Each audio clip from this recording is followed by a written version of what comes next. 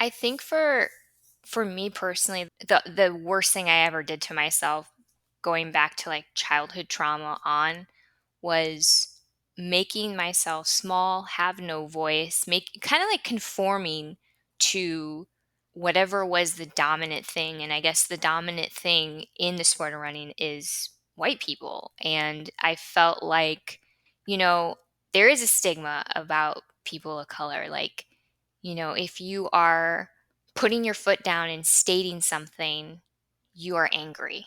If you are, you know, just not making yourself small in order to fit in. That is not culturally where I come from. My people are loud and proud, and I love that. I might be the quietest one in my family, but like that's not how I grew up. I grew up with people who were, especially the women in my family, very opinionated, very like, this is who I am, take it or leave it. And I lost that. I lost that sense of like my culture and, the family and the community I come from, just making myself small to fit in a predominantly white sport. And I was like, I'm not doing that anymore. I spent so much of my life making myself small to fit in. I'm not doing that anymore. I feel like that is like, whenever I feel like I'm going back to that, I refer back to the things that happened to me in my childhood. And I remember how horrible that made me feel, but I also remember how resilient that made me. And that's how I want to continue. It's just loud and proud. Women's running.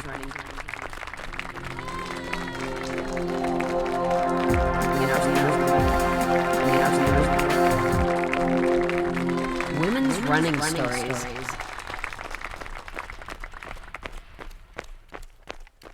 Good morning. My name is Jasmine. Yes, this episode features Jasmine's story. Jasmine Santiago, to be exact.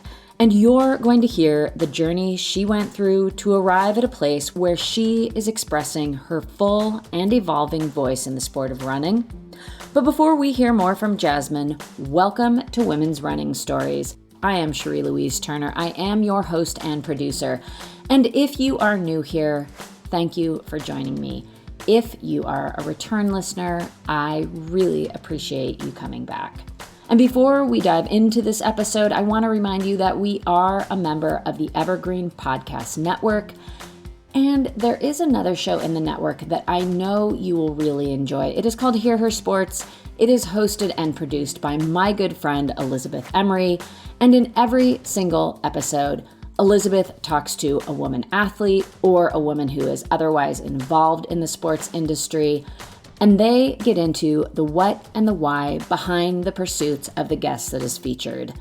And Elizabeth chooses women from a wide variety of pursuits. They might be athletes who are sailors or swimmers or cyclists. They may be women who are involved in sports nutrition or sports media, or who make clothes for athletes. And whoever the guest or whatever topic they are passionate about, Elizabeth really has a knack for drawing out the interesting details that really gets you into why this person is so passionate about what they do and how they have become so great at their pursuits.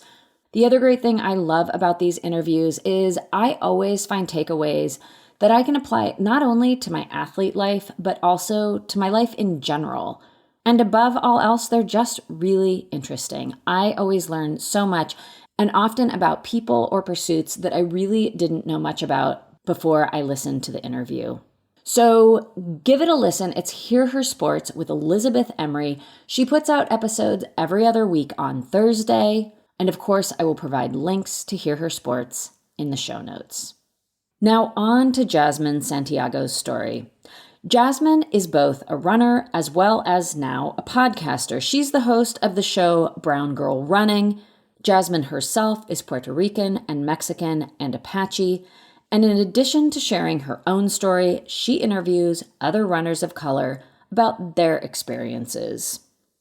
In this episode, Jasmine shares the story of how she got to where she is today in her running journey, which, as is often the case, is about so much more than the act of running itself. For Jasmine, it's also about community, but before that, it was about something much more personal. I do want to make a note up top here. In this episode, Jasmine does mention substance abuse, attempted suicide, and sexual assault. So please be mindful. Now let's hear from Jasmine Santiago. I think now that I'm older and wiser, I look back at when I first started running, and I think I chose to start running because I was looking for like the ultimate form of self care while I was going through pretty much like trauma therapy from stuff that happened in my childhood. And I feel like when you open up those wounds and you try to like work through it and you're trying to like get help, it's a lot. Because what I was going through is I had moved to Florida, and that's where I first became a runner, was in Florida. But I was coming from Chicago, and the life that I had in Chicago was just pure escapism. I was abusing drugs and alcohol and like trying to numb like this basically like years as a child of sexual assaults, and I was just trying to like numb it because it was bubbling. When you hold something in for that long, it just like bubbles and keeps like coming up and coming up. And I guess I was just trying to like self medicate. And then finally, I hit rock bottom. That's when my family was like, no, you need to start over again. We're sending you to Florida because my parents and my brother had moved to Florida. And that's where I started running. And it was the first time, like through therapy, I found out like there was a lot of sense of shame that I was holding on to from the things that happened in my childhood. There was a sense of like this body is not mine, and that I can't believe like so many years I went through just like this body is not mine. Like when I feel like when something like that happens to you, it's almost like you're having an outer body experience. Like, I can't believe this is happening to me. And then I think through running, it helped me like get back into my body, be so proud of my body because running's hard. So whether you're doing like 1 mile or 100 miles, all of it is hard. So I think just seeing like how much strength I could cultivate while running, that was a big one for me. And running just, it taught me like how to be resilient. How do you come back from like all these horrible things happening to you as a child and then like, you know, still continue? Which was probably the hardest thing for me because I am not a stranger to, I have shared with a friend before, like, there have been times where I've tried to take my own life and they were never successful. And I felt like that was a sign, like, I need to be here. I need to get out of this, like, dark hole, and I need to find something that's going to make my life better, make me better. And that was running. It's to me, and I kind of like figured this out through therapy. When I had described running to my therapist, she was like, it's like you're meditating. I go, yes, because it feels like I'm super present. I'm really like in this moment. I can feel my body. And yeah, it's like my Zen place where I get to go and just decompress and just like sometimes I'll listen to music, so I'll like almost be in like this very cinematic like sometimes I visualize that I'm like in my own little like indie movie like running and it's a cool shot and I'm just like so like present and meditative and feeling good, and I guess that's what I mean by like it's the ultimate self-care because it feels like my most authentic self and then also my most connective to everything because it just is 1000% me and 1000% real and present. And that is something that I definitely feel like I have struggled with for a long time because I do struggle with both anxiety and depression. And I feel like running has really helped me on both spectrums of like how to deal with that and how to just also like get out of those, like in the depression part, like get out of those dark times. And then in the anxiety part, which I still struggle with, I feel like I feel like with the depression part, I've gotten really good at like working through things, and I kind of figured out a way where I don't go to those dark places. But with anxiety, it's kind of hard, especially with everything that's going on in the world. Like, I feel like I'm easily triggered by things. So, running kind of like brings me back to being present, being meditative. Jasmine had these deep personal connections to running, and yes, it was a place where she developed community. The first, I would say, like run group that I joined was a very big one. And I really enjoyed that group, but with like every big group, sometimes there's like cliques, a little bit of drama. But for the most part, it was a really great positive group. That's where I first learned about speed work, the long run, tempo runs. I went on to be on like Ragnar teams with people from this group. There were, we would do 5K relays, and I met some of the best people from this group. Friends that I'm like still friends with, like they are now like an extension of my family.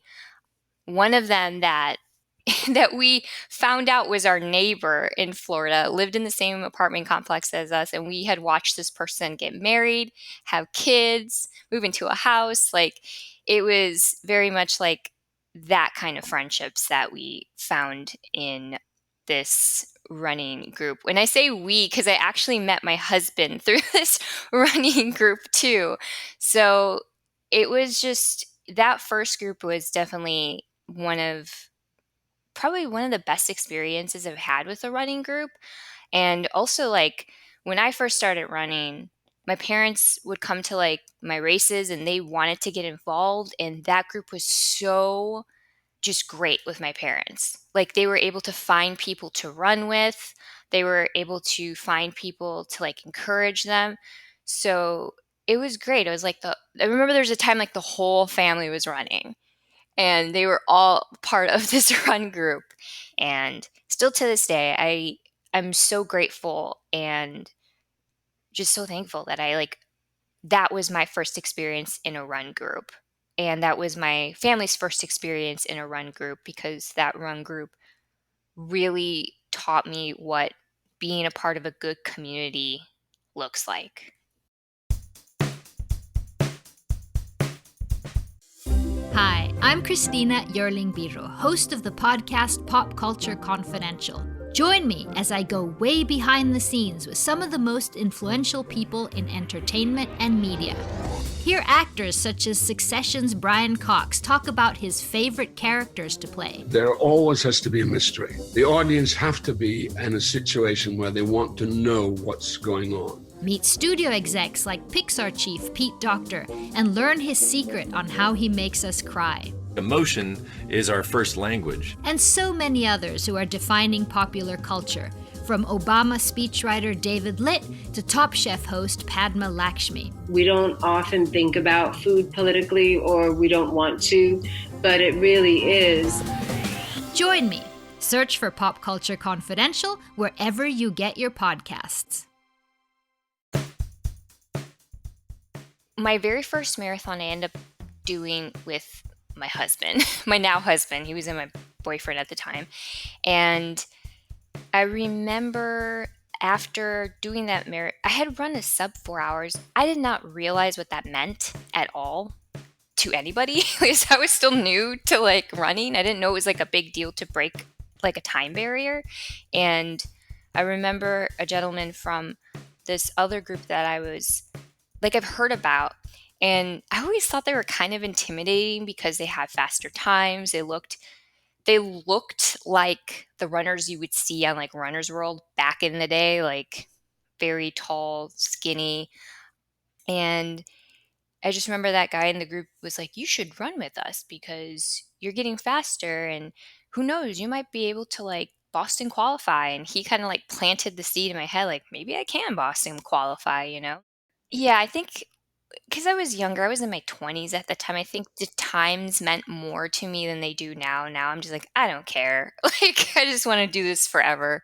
But at that time, after her first marathon, Jasmine was interested in getting faster and shooting for time goals. So she moved to that new team, which she describes as being a little more serious about their training. And she adds, They also had like a wide range. Like there was first time runners all the way to people who qualified for Boston or done like all the world majors, a lot of ultra runners. So it was like a big spectrum, which was great because it's like it introduced me to a lot of things. Like I got involved in trail races. That was the first time I ever did ultras. That was the first time I was in like on an ultra Ragnar team, and they also did like track workouts, so it was like across the board. I definitely got faster pretty quick because there was just so many people to run with and so many people, like so many races too, because originally the creator of that group also had uh, a race company. So she was putting on races as well, and she kind of incorporated that with the run group. So it was really easy to like, I definitely fell into the trap of maybe over racing. And I think a lot of us at the beginning do that. But it was really easy to get involved in races, and it was really easy to also like get involved in volunteering. That was the first time I did like volunteering of water stations and cheer stations, and it was just like I really felt like being in that group. I'm like, this is my jam. Like this is what I want to do on my free time. I want to wake up early in the morning and pass out Dixie cups to runners. Jasmine had found her thing and a community she wanted to share it with. Or so she thought. That all began to shift in 2020. Ahmaud Arbery video came out. George Floyd had happened. Breonna Taylor, all of that. And as somebody who's I'm a woman of color. Like this personally hit me in the heart and in the soul of what was happening in the world. And I think for the longest time previous to what happened in 2020, I think I was very like, I love running so much. I'm going to stay small. I'm going to like not have the loudest voice in the room.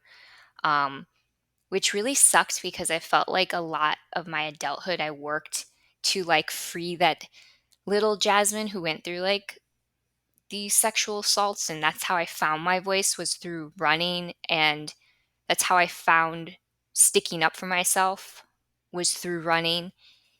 And I felt like I just relapsed into like little Jasmine all over again because I love the sport of running so much. But during that time, that like awakened something in me like, no, we don't deserve to be treated like this.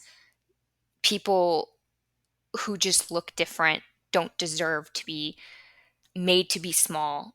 And I started speaking up. I started using my social media platform, posting things on my Instagram stories and on my profile. And there was a day I decided to put a definition of white privilege because I didn't even know that was a thing. And I felt it because everybody that I was primarily like running with was white. So I'm just like, oh my gosh, there is this thing that these white runners have that I don't have. And I feel it and I see it. So I had posted it, and this friend slash training partner saw it and went ballistic on me. And then on that day, my husband and I had a day date that we were going to do at Disney, and I was so excited because like going to Disney took me out of like the 2020, you know, George Floyd, Ahmaud Arbery, like it was just a lot. And I think he had like purposely planned that day, like you need to get out of this for a moment and just enjoy the small things in life, like going on a roller coaster or something. And during that time, this person just kept calling me and voice messages and text messages. And I just remember being in the parking lot of Disney in my husband's car crying because this person was just calling me reverse racist, saying I'm a good person because I did missionary trips in Vietnam. And I was like, okay, and I took everything in my power not to reply, like, okay, let's use the white savior complex. Let's do that right now because that's helping the situation. And I just remember calling my mom, and she was with my aunt, and like crying on the phone, like, I don't know what to do. Like, I can't, like, do I just block this number? Do I put my phone on airplane mode? Like, what do I do? Like, this is getting out of hand. It got so out of hand that this person has a business, and she posted on her business that I had inner demons. And to say that to somebody who's like gone through so much, like in childhood, and worked through so much, to be standing here alive really hit me hard. Um, Sorry. um, cause it knocked me down. And it took me a long time to get back up from that because I thought this person was my friend. And I thought this person cared about me as a person. And then that whole experience made me realize I don't think I'm around people that genuinely give a F about me. And not as much as I would for them, because I it was the domino effect of so many bad experiences. And those bad experiences, I think, happened because I finally put my foot down and like, no, I did not work this hard to dim my light, make myself small, have no voice because I love the sport of running. That is not me. I did not work that hard in therapy. I did not work that hard to stop abusing drugs. I did not work that hard to be here to be treated like this. Jasmine realized she needed to get away from this former friend and training partner who had now become abusive. Jasmine left the team that had been such a powerful part of her life, and she also decided to leave her coach. This abusive teammate and Jasmine's coach were very close friends. It was a tight-knit crowd. But Jasmine moved on. She found a great, new, all-women's running team and coach, and she built a powerful sisterhood with them. But that did not end the disturbingly aggressive behavior that was directed toward Jasmine. In another incident, it came from another competitor. And at first, this didn't appear to be connected to the abusive behavior Jasmine had previously experienced from that former friend and teammate. But then again, maybe it was. It all went down after a race when this other competitor made a surprising confrontation. What had happened is she got mad and went up to my coach. My coach, my husband, and my teammate were all like in a circle just talking. She comes up, goes directly to my coach and says, she isn't in 5th place or 4th place. I don't even remember what place I was in. I'm supposed to be in that place and blah, blah, blah. And it was at the time like where COVID was at the height. So everybody had a mask on. So I couldn't see their reactions. But after that happened, I just remember like, my husband pulling down his mask and you could see the state of shock in his face. Everybody. And funny enough, my abuser was at that race. She saw the whole thing. And I remember I was with one of my other teammates and my husband, and we were walking to our cars, and they were talking amongst themselves in front of us. And the abuser kept looking back at me. And in my head, I'm like, did they like plan to do this? Like, was this their way of like, is this some mean girl charade? Because that's what it felt like. And I was just like, I have never felt smaller in my life. It made me feel like, that was where I was like, I don't know if I want to be in this sport anymore. And that was like just one of the worst, because I love running so much. And I'm like, but is it worth being treated like this? Given these and other unsettling experiences, Jasmine was rethinking her relationship to running, and she was also afraid. It didn't appear that the nasty behavior toward her would stop or how far it would go. Eventually, she and her husband decided to leave Florida and relocate to Raleigh, North Carolina, where Jasmine's husband had grown up. But it did take some time before Jasmine was ready to get involved in the running community again.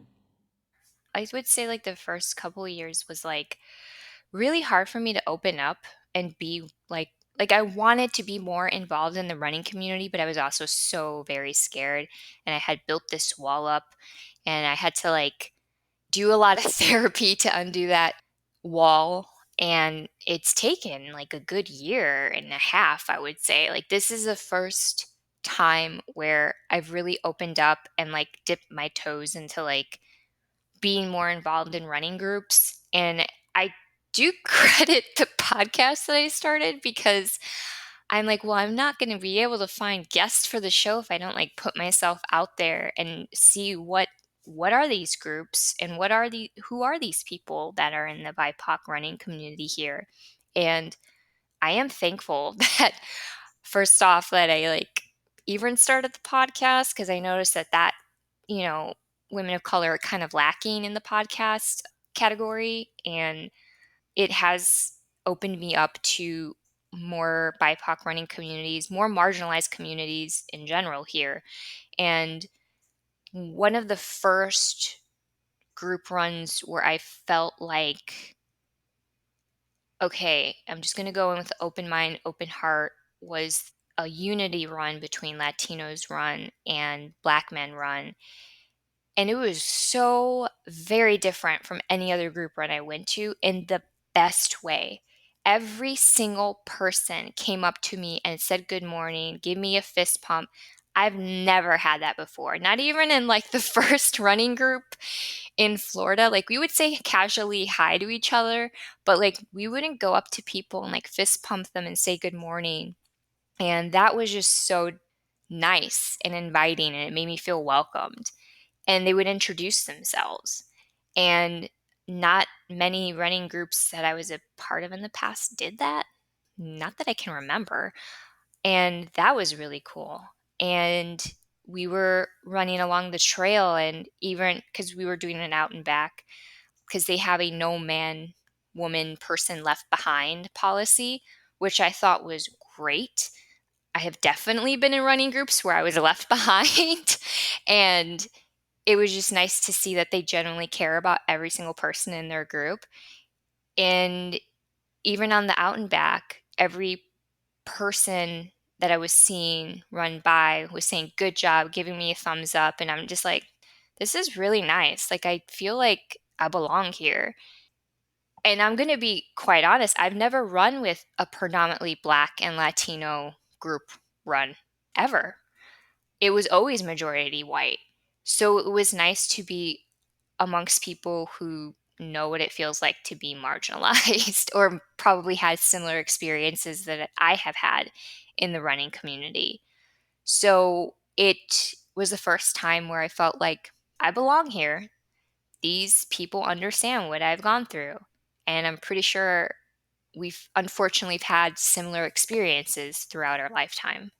So it felt like um, really safe, which I feel like that is so sad to say, but it's true. And I think that group run kind of made me open myself up again to, okay, you know what? I want to go run with other groups in this area. We have it's like a mental health advocate group, Still I Run, and they started one here in Durham, and I was like, well, I want to go run with that group. I want to see what they're all about, because they are, advocates of mental health, and there's a lot of on their page there's a lot of talk about people starting running because of depression, or like they have tried suicide in the past, and thankfully failed and are still here and living and have taken up running.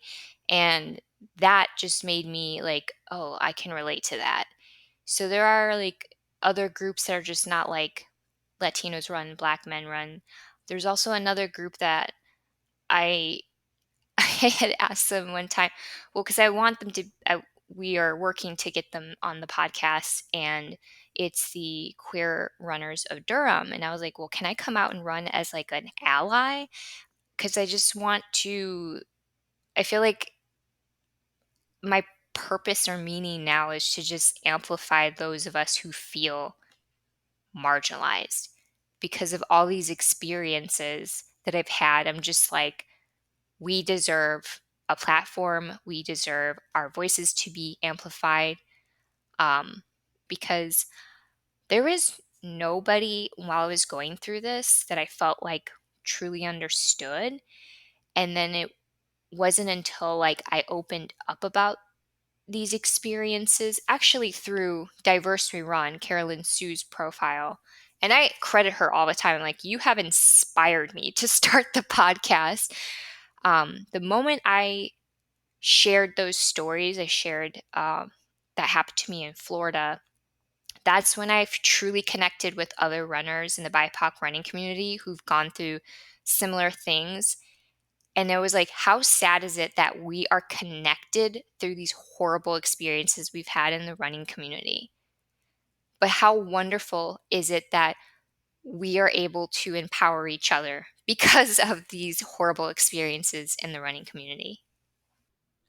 Jasmine is providing a platform for other BIPOC runners to share their experiences through her podcast. And she's clear on what she'd like to see from the running community as a whole. I would love it to be more diverse and inclusive, and not just saying it, but actually seeing it and doing that action. So many people in the running community say we're in a diverse and inclusive group, but then you show up and you're like, I literally am the only person of color here.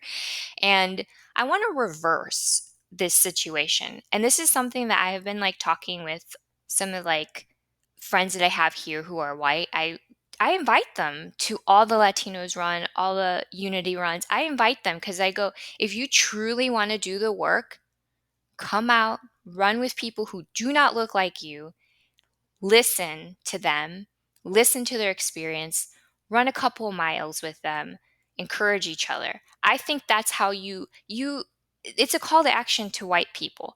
If you really want to do the work, you got to take action. You can't just say it, you can't just read a book and go, "Oh, I'm not racist anymore." You actually have to physically do the work. And that's the one thing that like really makes me mad is when people say, I'm going to do the work. I'm going to do the work. And they read a book and they're like, I'm not racist anymore. But I'm like, but you're still running with what only white people. If you want things to be more diverse and inclusive, you need to get uncomfortable. You need to go to these groups and diversify your running groups, Like that's like, to me, I feel like that's the easiest thing. Maybe it's the easiest thing for me to say, or I think it's the easiest thing because I've spent so much time in predominantly white running groups that I'm like, hello, I've been in your shoes literally as a woman of color. Now it's your turn. And I've, like, it's easy. There's so many, like, especially now, there's so many opportunities here in the Triangle area to get together with one of these groups. Even me reaching out to the queer runners of Durham, like, I'm not queer, but I want to learn more about your community. So I would like to come out to a group run and learn more about all of y'all and, understand normalizing pronouns, understand, because that's new to me. So that's just something I would like to see. I would like to see more white people's not saying that they're doing the work, but actually physically doing the work. And how do you do that? Diversify your run group, diversify your running partners. There's a great organization here called Together We Stand that is doing that. And it was all started because of the Ahmaud Arbery murder. And I recently went to their 3rd-year anniversary and I got to speak with the person that put it together.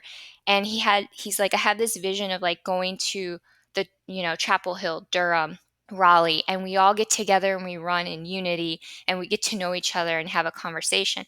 And I was like, yes, this is what we need. We need to learn from each other, not you conform to my predominantly white running group. We need to learn from each other. We need to understand each other better. That is how we become better humans. That is how we diversify the running community. That's what I'm hoping for. And that's why I'm always like telling my white friends, like, hey, there's a Latinos run this weekend if you guys want to come out. And I always lead with, I know it says Latinos run, but I know you said you want to do the work.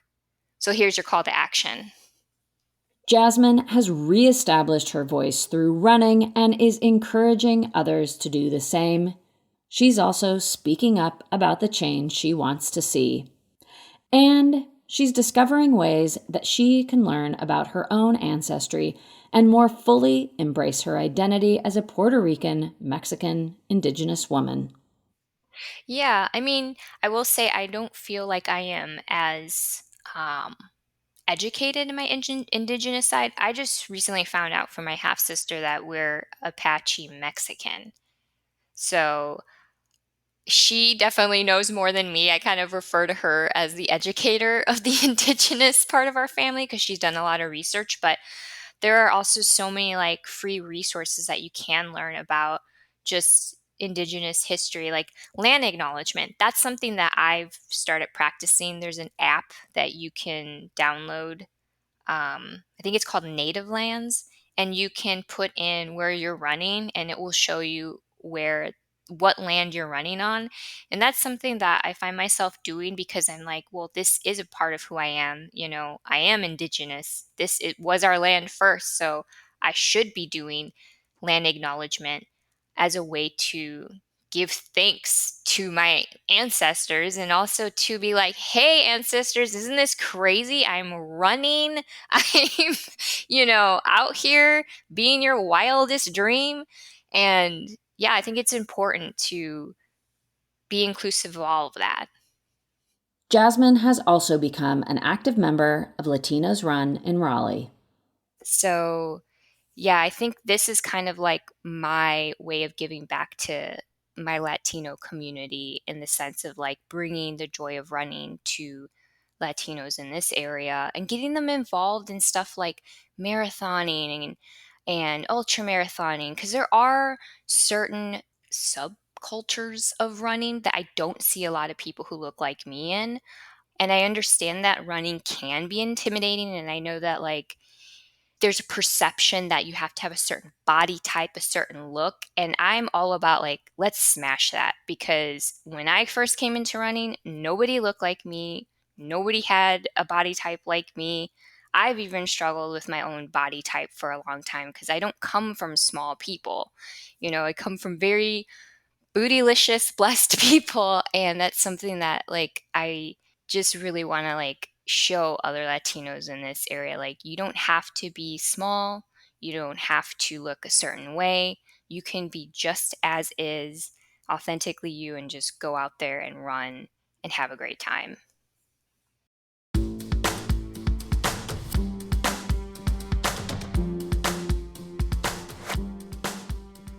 And that brings us to the end of Jasmine's story. I want to thank Jasmine so much for coming on the podcast. I'd become a fan of her podcast and I really wanted her to come on the show. So I'm very, very thankful that she did that. And I really encourage you to listen to her podcast. She is open and honest. Her conversations are raw, and the best way I can describe it is she podcasts from the heart. So yeah, go give it a listen. Again, the name of her podcast is Brown Girl Running, and of course, I will link to that in the show notes.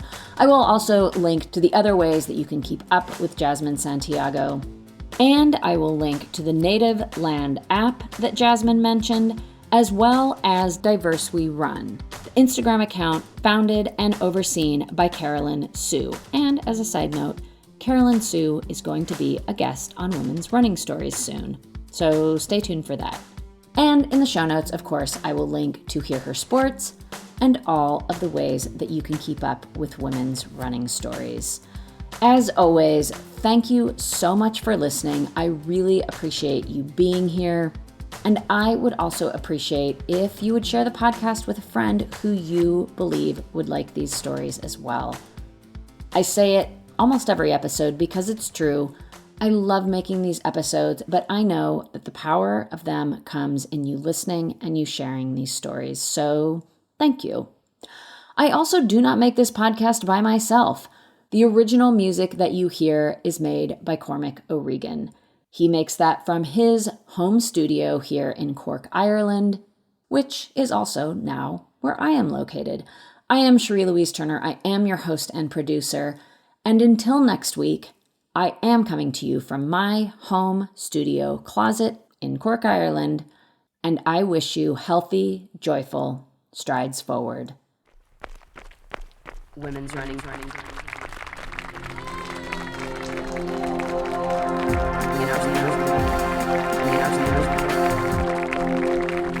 Women's running stories.